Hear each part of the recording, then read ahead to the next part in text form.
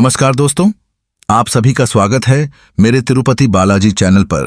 आज हम जानेंगे कि क्यों हर साल भगवान जगन्नाथ जी 15 दिनों के लिए बीमार होते हैं। आइए जानते हैं। यह मानता है कि भगवान जगन्नाथ का एक सच्चा मित्र माधव दास था। माधव दास जी भगवान जगन्नाथ के अनन्य भक्त थे। वे पुरी में रहकर पूरी निष्ठा और समर्पण के साथ भगवान की सेवा किया करते थे।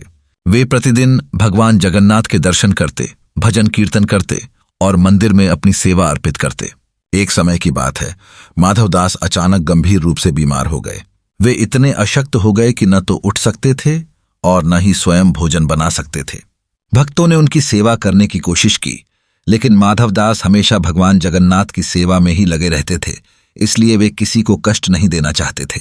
एक दिन माधव दास ने सोचा, अब मेरी सेवा कौन करेगा? जगन्नाथ जी की लीला। माधव दास के मन में जैसे ही यह विचार आया, एक दिव्य बालक उनके पास आया।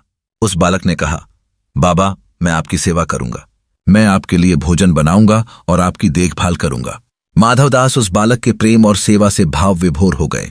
वह बालक हर दिन माधव दास के लिए भोजन बनाता, उनकी दवाइयां देता और उनकी देखभाल करता। धीरे धीरे माधव दास पूरी तरह स्वस्थ हो गए। एक दिन माधव दास को संदेह हुआ कि यह दिव्य बालक कौन है जो इतनी श्रद्धा से उनकी सेवा कर रहा है। उन्होंने जब ध्यान से देखा तो पाया कि वह स्वयं भगवान जगन्नाथ थे। भगवान ने कहा, हे माधव, तुमने जीवन भर मेरी सेवा की है। अब जब तुम बीमार हुए तो क्या मैं तुम्हारी सेवा नहीं कर सकता?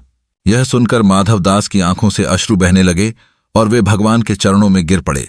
इसके बाद जब भगवान ने माधव दास की सेवा की, तब उन्होंने यह अनुभव किया कि बीमारी में मनुष्य कितना असहाय हो जाता है।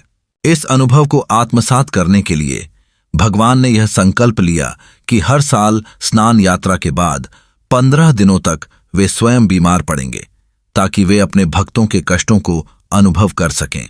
तब से हर वर्ष स्नान पूर्णिमा के बाद भगवान जगन्नाथ 15 दिनों तक अनसर घर में विश्राम करते हैं। कथा का संदेश। भगवान केवल पूजनीय नहीं हैं, बल्कि वे भक्तों के सेवक भी बन जाते हैं।